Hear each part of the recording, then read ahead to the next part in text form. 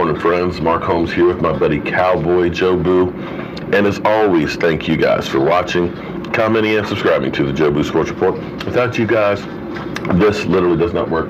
Let's get open for business here this morning. And welcome to this morning's edition of Don't Sleep on the Dallas Cowboys, because you literally cannot sleep on the Dallas Cowboys because things happen late and even late at night, first thing in the morning. So you want to be up to speed with all that is America's team because things are always happening. Well, Dak Prescott and Amari Cooper have been added to the Pro Bowl. That's right. Now understand, the Pro Bowl isn't what it used to be, where they used to have you in Hawaii. Actually, a week after the season, which was kind of looked at as a vacation for the players. And it was incredible in Hawaii, but it wasn't really capable for fans to be there. They've since moved it to Orlando. They've tried mixing it up to make it more exciting and stuff, you know, having guest coaches and so forth on it. But it's still not really like a real football game. And a lot of players, of course, now that it's in between the championship game and the Super Bowl, of course, the teams that are in the Super Bowl, their players aren't going to be there. And then, of course, you have a lot of players injured who won't play and will be replaced. With that being said, it's still an honor to be considered one of the top players in the NFL and to get there.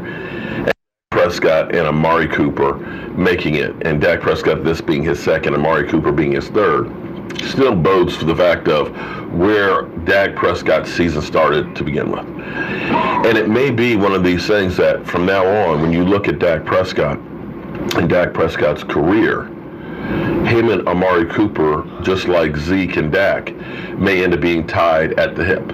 And maybe, just maybe, we're looking at the beginnings of the new triplets. And that's the thing that in Cowboys history you have to look back at. You had Drew Pearson, you had Tony Dorsett, you had Roger Staubach, you had Troy Aikman, you had Emmett, you had Michael Irvin. And those three pieces, along with others, ended up making that offense a juggernaut.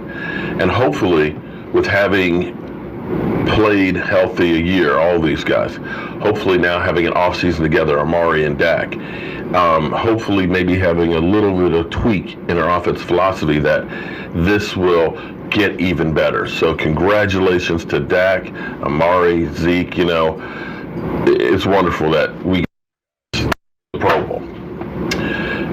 On to business, and we'll elaborate on that more because I know I let Matt W. back in the chat, and the first thing I saw when I woke up this morning was, I don't want to see 5 videos on Dak Prescott making the Pro Bowl, yada, yada, yada. So I'm going to make 5 videos on Dak Prescott making the Pro Bowl, just for you, Matt, because I know you want it. You Dak hater, you. But here's the thing.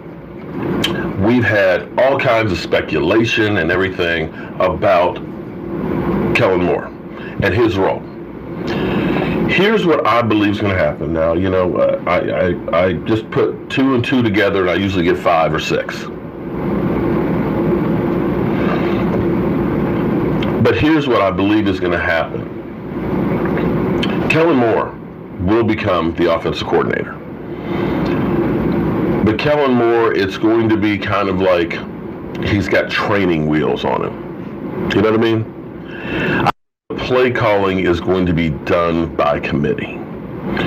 I think you're going to see Doug Nesmeyer do some of the play calling, the tight coach. And I think you're going to see Jason Garrett doing some of the play calling.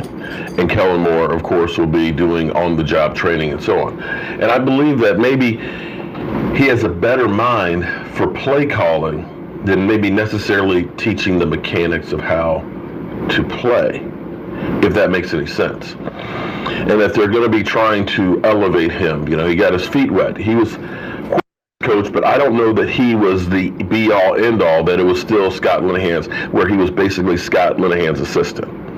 And I know everybody's thinking that, well, if that guy was Scott Linehan's assistant, then what is he going to learn? Well, the student becomes the teacher and can become the master and can become greater than what he started. It's just getting your feet wet and getting you pointed in a direction. if you look at Sean Payton, who worked under Bill Parcells, he took Bill Parcells' philosophy to a whole nother level. So maybe we have that dynamic. I think we're going to see Jerry Jones out today, kind of setting the table for what's going on. And I think that the Cowboys may be interested in bringing in somebody else into the mix as well. Another to kind of work with the tight ends.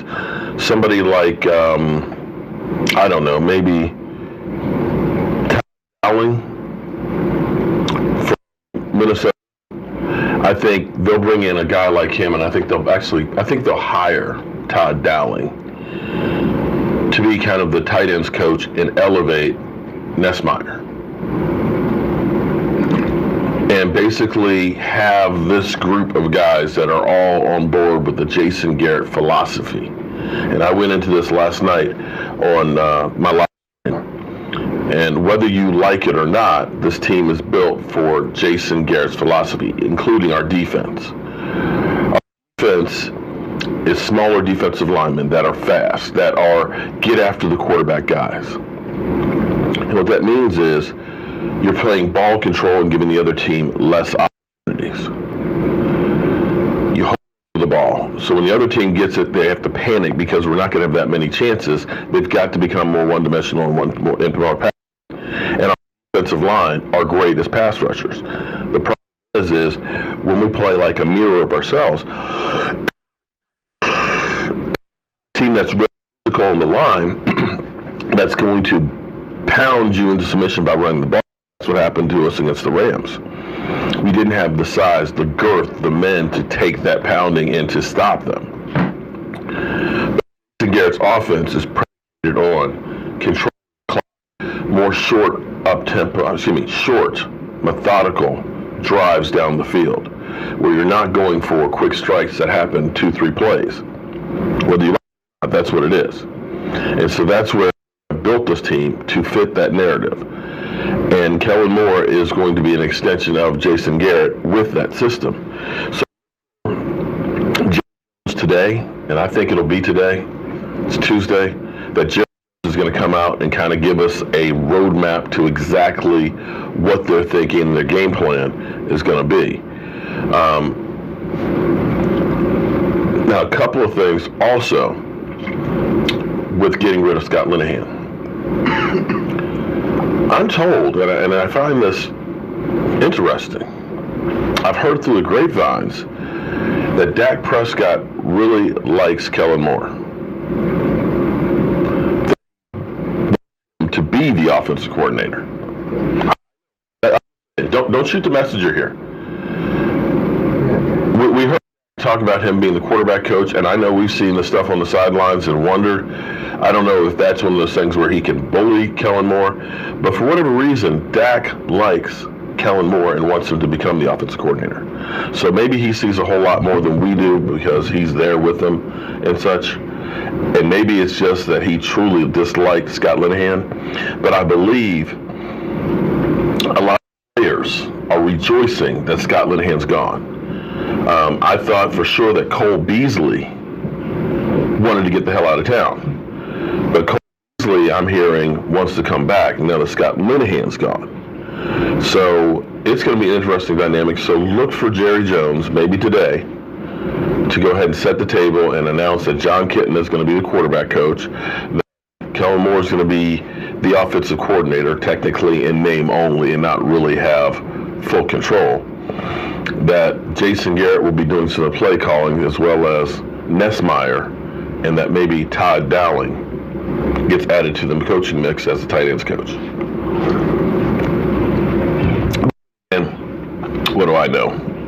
I'm just a guy with a day job and a voodoo doll. And in that day job, I got to get up and get out of here, get Frankie so we can get the rest of this carpet put down so we get this basement put to bed. I'm Mark Holmes, the Cowboy Joe Boo, and I'll see you guys real soon.